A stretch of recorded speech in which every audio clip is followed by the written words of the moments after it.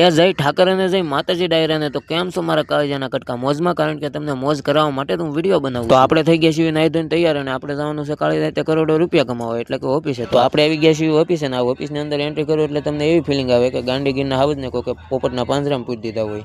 પછી આપણે કરી દીધું મશીન ચાલુ ને મશીનમાં કપાવા મળ્યા હીરા, અને આ મશીન તો હીરાના કટકા કરી નાખે, સાઈડ કે ભાત ન રહેવા દે હીરા. પછી થોડાક હીરા કાપ્યા એટલે મશીન હેંગ થઈ ગયું. મશીન હેંગ થઈ ગયું એટલે પછી આપણે મશીનને રીસેટ કરવું પડ્યું. મશીન રીસેટ કરીને પછી આપણે કરી નાખ્યું કેલિબ્રેશન કરીને આપણે આવી ગયા ટીચિંગ રૂમમાં આવ્યા એટલે આ ભાઈ હીરા લગાવતો હતો એટલે આપણે કરી નાખ્યો માવો ખાઈને ટાઈમ પાસ. પછી આ બધા ટીચિંગ વાળા વાતોની મોજ માણતા હતા એટલે મેનેજરનો મગજ વયો ગયું કે સાના મને હીરા લગાવવા માંડો ને એક એકને ઘર ભેગો કરી નાખીશ. અને આ છે આપણો મિત્ર નરેશ કનુડિયો.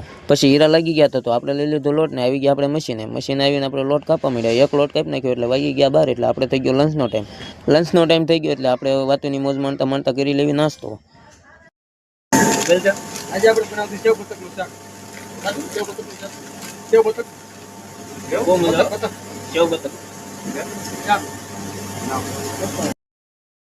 પછી નાસ્તો કરીને આપણે બનાવી નાખ્યો મોંઘેરો માવો ખાઈને પછી આપણે આવી ગયા મશીન આવ્યો એટલે મેનેજરે હિન્દી ગીત વગાડવાનું ચાલુ કર્યું. પણ એમાં આપણને નહીં મજા આવે એટલે પછી આપણે ગીત ગાવાનું ચાલુ કરી દીધું. કોડિયામાં દીવા બળે દીવો લઈને ગોતું તો મારી ચામુંડી દેવી માતાનો મળે.